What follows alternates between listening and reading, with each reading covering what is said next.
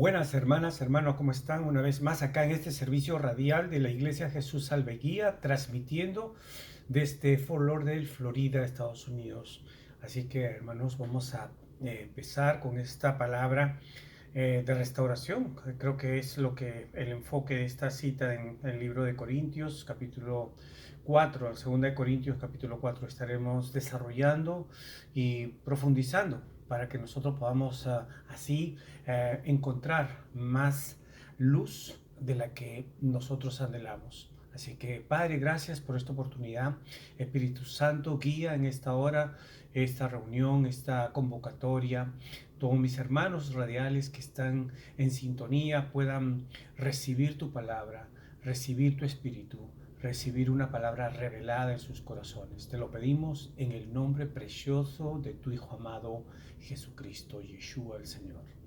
Así que, hermano, vamos a abrir nuestro libro de la Biblia en el 2 de Corintios capítulo 4. Corintios fue una ciudad portuaria, una ciudad cultural de muchas etnias, de muchas lugares que venían, o sea que era una ciudad portuaria. Era una condición muy compleja porque culturalmente traía muchas personas de muchos lugares. Entonces, la forma de evangelizar en ese tiempo allá era muy complicado, por las mismas tradiciones, la misma cultura, los mismos idiomas. Se hacía muy difícil y se introduce como un paralelismo que dicen, bueno, todos los niños son lindos e inocentes, pero algunos causan dolor y dificultad para los que quienes quieren cuidarlos, ¿no? Lo mismo ocurre en las iglesias, especialmente en la iglesia de Corintio, en su relación con Pablo, porque Pablo fue el que introdujo ese desarrollo como misionero. Tenía que lidiar con la disciplina de vez en cuando, pero con los corintios parecía que estaba siempre ocupado con la disciplina, que era algo enfocado por los cambios que había que hacer con esta iglesia. Pablo en repetidas ocasiones tuvo que disciplinar severamente a la iglesia de Corintio, y no fue por un deseo perverso de castigo, sino por un amor sincero y una legítima preocupación por la salud espiritual de sus miembros.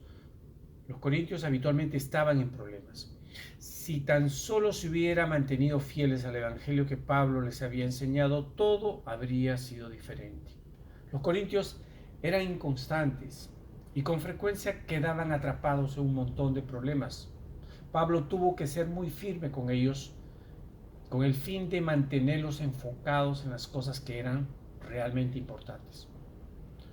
Segundo de Corintios es una carta difícil de leer por su contenido sobre las disciplinas, pero es mejor aprender de la disciplina de otra persona que tener que experimentarla por nosotros mismos. El autor es Pablo y la iglesia receptora es Corintio. Había sido establecida por Pablo y recibió la visita de Apolos, otro siervo seguidor de Pablo, y también del apóstol Pedro eventualmente. La iglesia de Corintios estaba plagada de problemas, mucha división, mucha inmoralidad, mucho orgullo, entre otras cosas. Al saber que algunos problemas no habían sido resueltos, les escribe esta carta para administrarlos aproximadamente en el año 57 después de Cristo. Y había llegado a Corintios maestros y eventualmente mostrando sus creencias de apóstoles que habían puesto en duda el ministerio de Pablo como apóstol.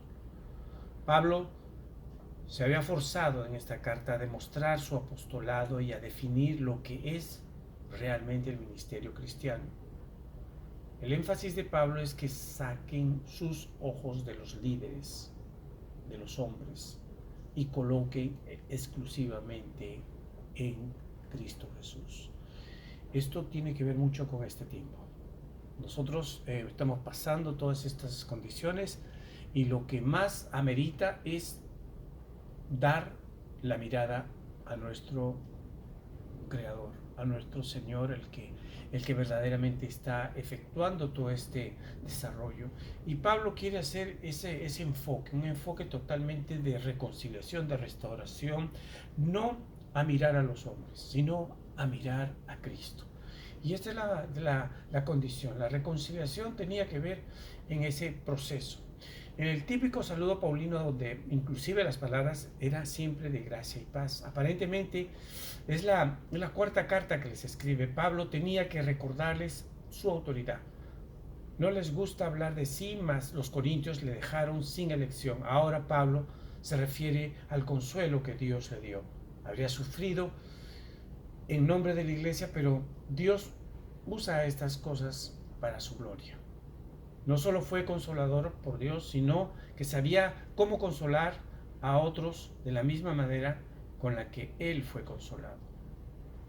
No es sino hasta después que escribe sobre la liberación de su sufrimiento que ve hacia el futuro, hacia la última liberación de los sufrimientos de esta vida, que está en la carta que empieza en el capítulo 1 de Corintios. Pablo afirma haber conducido entre ellos con sencillez y sinceridad, pero esto no era suficiente para el pueblo de Corintios. La vida cristiana puede ser difícil, pues se basa en relaciones con otras personas y estas pueden no ser sencillas. Esto no debe ser la razón para dejar las cosas que Dios te ha llamado a hacer. Sin embargo, como la gente puede reaccionar, haz lo que Dios te ha llamado a hacer, confiando en que Dios te guiará y te sostendrá aún en los momentos difíciles. Dios nos consolará en medio siempre de la tribulación.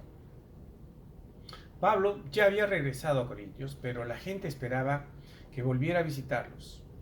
Pablo hacía promesas que no pensaba cumplir, por lo contrario, quería que su sí sea sí y su no sea no. La buena noticia es que Dios es siempre fiel. Todas las promesas de Dios son sí y en amén para la gloria de Él. Así que en la primera carta de Pablo, que disciplina a un hombre inmoral y la disciplina funcionaba, esta persona se arrepentía y Pablo insta a la iglesia a que sea restaurado a la comunión con los hermanos. Muchas veces la iglesia no perdona al hermano caído y no busca su restauración, sino tan solo su expulsión. La disciplina es administrada para lograr el arrepentimiento y no para un castigo punitivo. Inclusive Pablo habla acerca de cómo la forma de poder corregir tiene que ser para que sea exhortado a continuar en el camino del ministerio. Pablo describe un desfile militar luego de alcanzar una victoria. Mas a Dios gracias que en Cristo Jesús siempre nos hace salir triunfantes y que por medio de nosotros manifiesta en todas partes el aroma de su conocimiento. Ciertamente para Dios somos el fragante aroma de Cristo, tanto en los que se salvan como en los que se pierden. Es como el incienso que se levanta al paso de los vencedores. El Evangelio de Cristo es aroma de vida a los que se salvan. Mientras que los falsos apóstoles traían cartas de recomendaciones para que Pablo, los Corintios, que era una carta de recomendación a la prueba de su ministerio. Es evidente que ustedes son una carta escrita por Cristo, expedida para nosotros, carta que no fue escrita con tinta, sino con el Espíritu vivo de Dios, y no con tablas de piedra, sino las tablas del corazón que se siente. La gente no leerá la Biblia, pero sí leerá nuestra vida. Somos cartas vivas de Dios. Porque la letra mata, pero el Espíritu vivifica. Pablo compara el antiguo pacto de muerte con el nuevo pacto de vida. Cuando alguien lleva a la fe, el velo es quitado y por primera vez experimenta la verdadera libertad. Pero cuando se conviertan al Señor, el velo se quitará. Pero el Señor es el Espíritu, y donde está el Espíritu del Señor, allí hay libertad. Pablo afirma que el mensaje del Evangelio está oculto para algunos, Pero si nuestro evangelio está aún encubierto, lo que está entre los que se pierden, pues como ellos no creen, el Dios de este siglo les cegado el entendimiento para que no resplandezca en ellos la luz del evangelio de la gloria de Cristo. Pablo no habla de la perseverancia a pesar de las pruebas. Los creyentes nos mantenemos firmes en Cristo. Si es cierto que el creyente sufre, mas Dios usa nuestro sufrimiento para su gloria. Por lo tanto, no nos desanimemos, y aunque por fuera nos vamos desgastando, por dentro nos vamos renovando día a día, porque estos sufrimientos insignificantes y momentáneos producen en nosotros una gloria cada vez más excelsa y eterna. Sea lo que sea que estés viviendo, confía en ese Dios que lo va a hacer todo para tu bien. Aunque no lo entiendas, aunque no lo comprendas, espera en Él.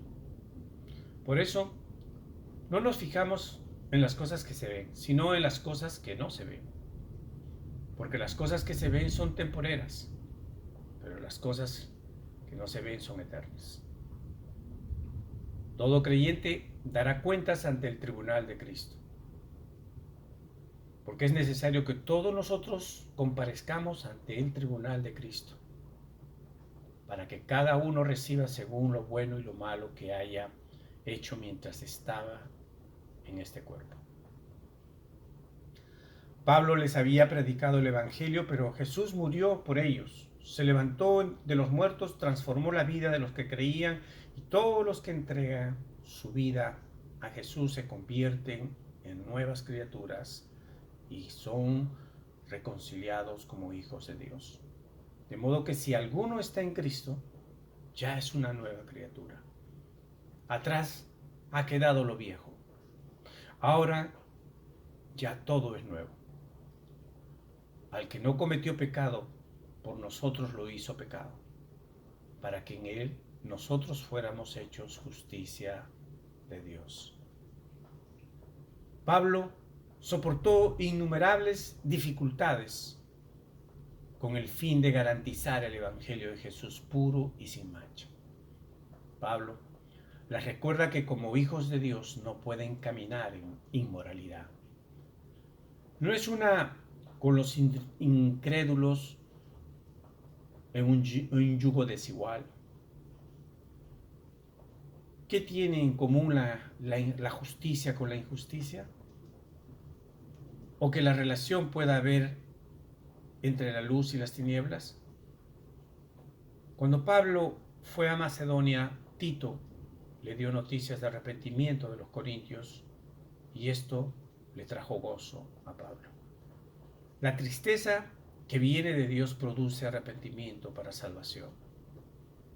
Y de esta no hay que arrepentirse, pero la tristeza que viene del mundo produce muerte. La tristeza del mundo produce resultados mundanos y temporales. La disciplina, según Dios, produce tristeza que conduce a un verdadero arrepentimiento. El misterio de Pablo, hablando en el capítulo 8 y 9, habla de una ofrenda que Pablo estaba recogiendo por los cristianos en Jerusalén. Pablo anima a todas las iglesias que habían fundado a contribuir. Durante su tercer viaje misionero visitaría todas estas iglesias y recibiría la ofrenda y los llevaría a Jerusalén. Pablo escribe de la generosidad de las iglesias de Macedonia, quienes a pesar de su pobreza dieron en abundancia. Los macedonios entendieron que la ofrenda era un acto de adoración al Señor, y esta es exactamente la forma que debería de ser para los corintios y para nosotros. La razón por la que los corintios deberían de dar era porque seguían el ejemplo de Jesús, quien lo dio todo por nosotros.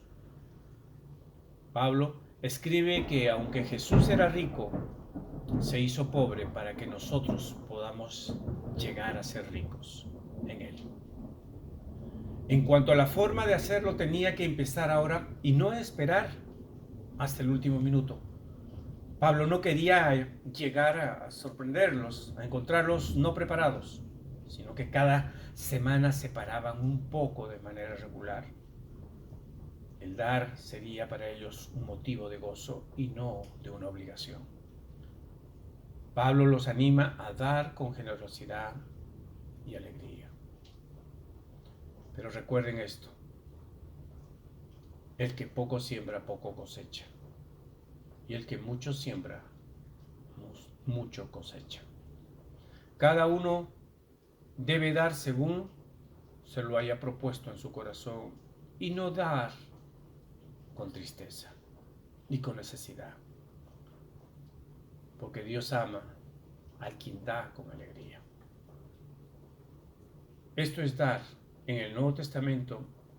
No es una obligación ni una manipulación. Es un acto de adoración. Es confiar en el Señor. Es adorar a Jesús con alegría en todos los aspectos de nuestra vida, incluyendo en nuestras finanzas. Pablo vuelve al tema de su autoridad.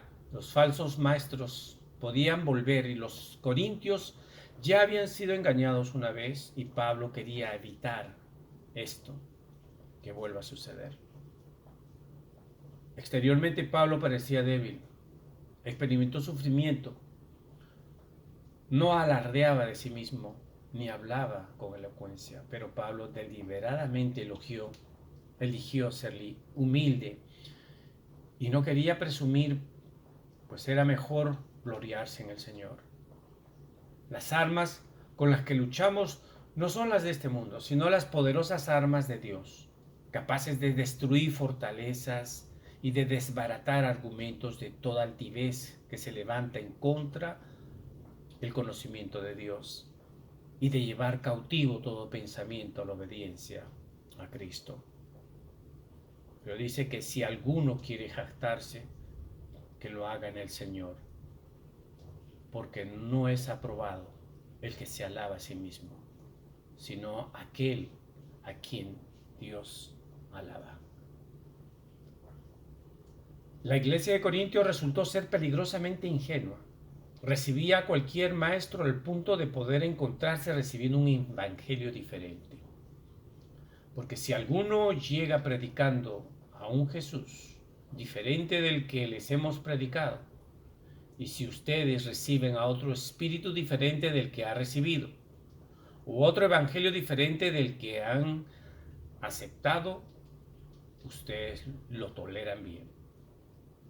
Pablo nunca tomó ventaja de los corintios, a diferencia de los falsos maestros.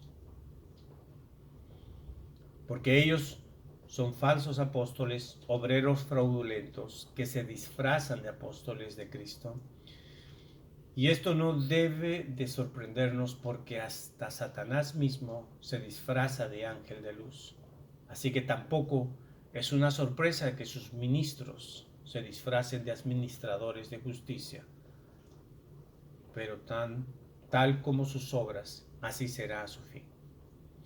Tenemos información biográfica detallada de Pablo que en sus propias palabras sus sufrimientos aumentaron considerablemente con el tiempo. Fue encarcelado, golpeado, naufragó varias veces y constante peligro. Estos eran los verdaderos atributos de un apóstol del Señor de Jesús. Además de todas estas cosas, Pablo todavía tenía la preocupación por las iglesias. Esto es lo que Dios le había dado para hacer y estaba contento en hacer esto.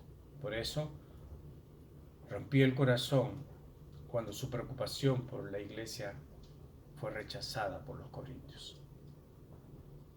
Pablo se jacta ante los superapóstoles de la experiencia personal que tuvo en el cielo. Y para que la grandeza de las revelaciones no me exaltase desmedidamente, me fue dado un aguijón en mi carne, dice Pablo. Dios le dio una revelación instruyendo a confiar en la gracia de Jesús. Y me ha dicho, bástate mi gracia, porque mi poder se perfecciona en la debilidad. Por tanto, de buena gana me gloriaré más bien en mis debilidades, para que repose sobre mí el poder de Cristo. Por la cual, por amor a Cristo, me gozo en las debilidades, en las enfrentas, en las necesidades, en las persecuciones, en las angustias. Porque cuando soy débil, entonces soy fuerte. Es en su gracia donde está la verdadera fortaleza, de que podemos alardear de que no sea del amor y la gracia de Jesús. Fuera de Él, nosotros no tenemos nada. Pablo amaba a esta iglesia y prometió volver a visitarlos. Su único deseo era que su arrepentimiento permanezca y que los que aún no se habían arrepentido lo hagan. Y cuando Pablo regrese, no hará en humildad, sino lo obligará a mostrar su autoridad, lo demostrará. No es lo que Pablo desea hacer, pero no durará en hacerlo, no dudará. Si lo cree necesario, esperará para que esto ocurra. Los corintios necesitan examinarse para ver si aún están en la fe. Esta es una corta despedida para Pablo, que le recomienda y exhorta a los fieles en la unidad, el amor y la paz. Por lo demás, hermanos, regocíjense perfeccionándose y consolándose, y sean de uno mismo sentir y vivan en paz, y el Dios de paz y amor estará con ustedes. Es una carta dura, pero necesaria, no solo para los corintios, sino para las iglesias en la actualidad. Muchos cristianos que se apartan fácilmente de la doctrina bíblica de la gracia para seguir enseñanzas que sutilmente hacen ver lo fácil que es el Evangelio. Hoy nos recuerda con la historia de cómo Pablo pudo manejar las situaciones de Corintios. Necesitas confiar en el consuelo de Cristo, aferrarte a Él. Ha hecho por ti en la cruz, y recuerda que su gracia es suficiente para ti. Este tiempo en el cual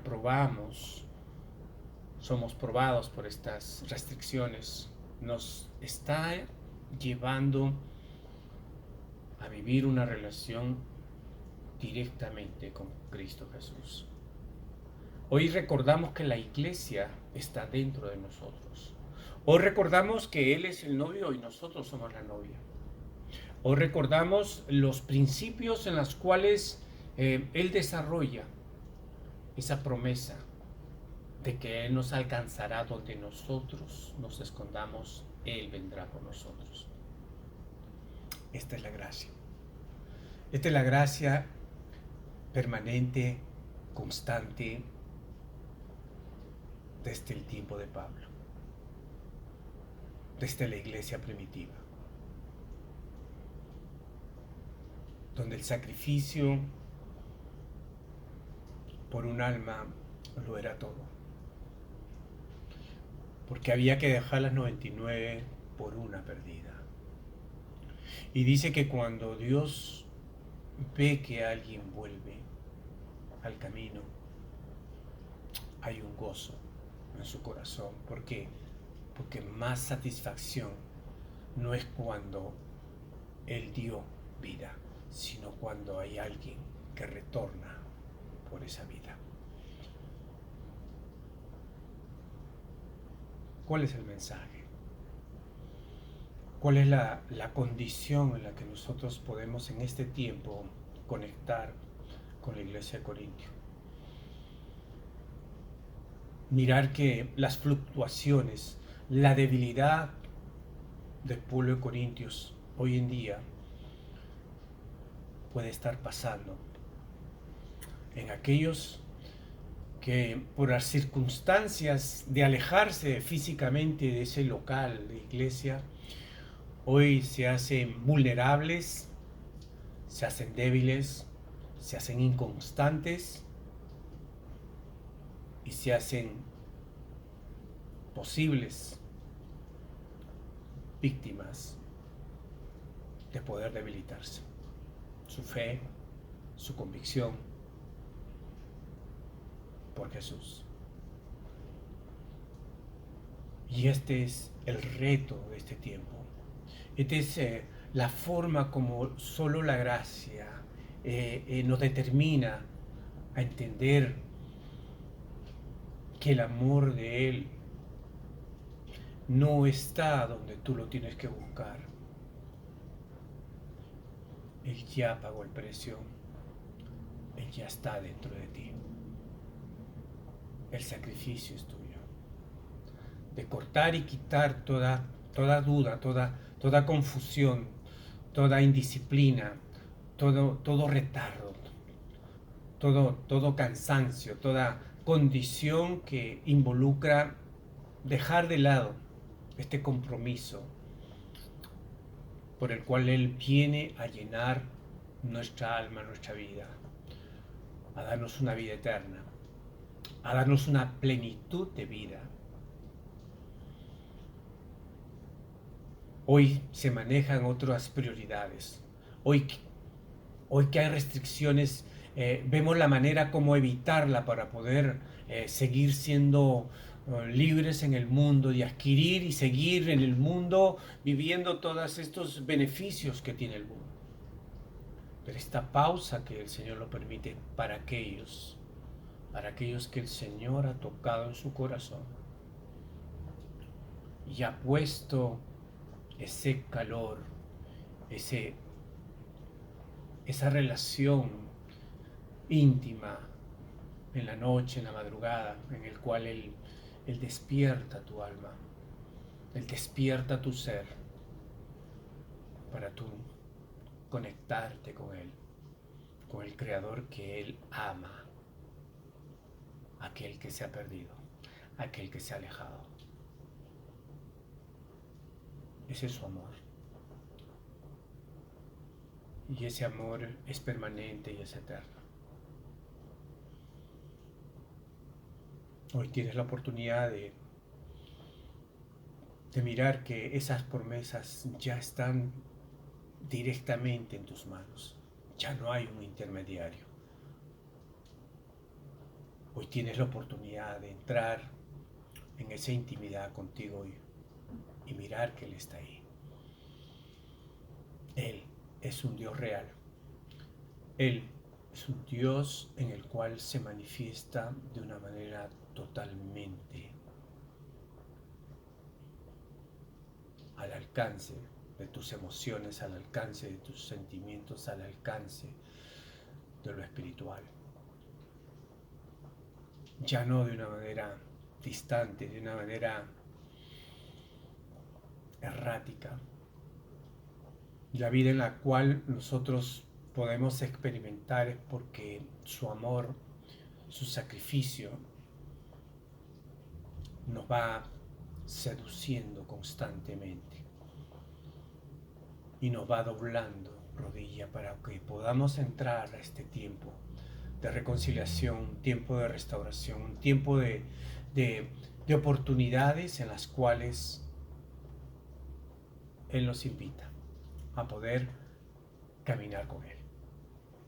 Vamos a orar. Padre, gracias. Te invito a que cierres tus ojos para podernos llenar de esa promesa que Él tiene con nosotros. Gracias, Señor, por esta oportunidad. Gracias porque tu amor cada vez más nos desarrolla en nosotros esa convicción y ese deseo de volver a ti. El deseo de saber que tu Hijo amado, Yeshua, Cristo, hoy más que nunca, es anhelada en mi corazón. Hoy quiero volver. Hoy quiero entrar, hoy quiero intimidar contigo. Señor, ayúdame a permanecer. Ábreme, Señor, la oportunidad de mirar esa luz que tú dices, tu palabra dice, que somos luz y somos sal, permanentes. Ayúdanos. En el nombre poderoso de Cristo Jesús te hemos orado. Amén. Amén. Así que Dios te bendiga, hermano, hermana. Que este tiempo sea un tiempo en el cual puedas llevar esa intimidad con el Señor. Que Dios te bendiga.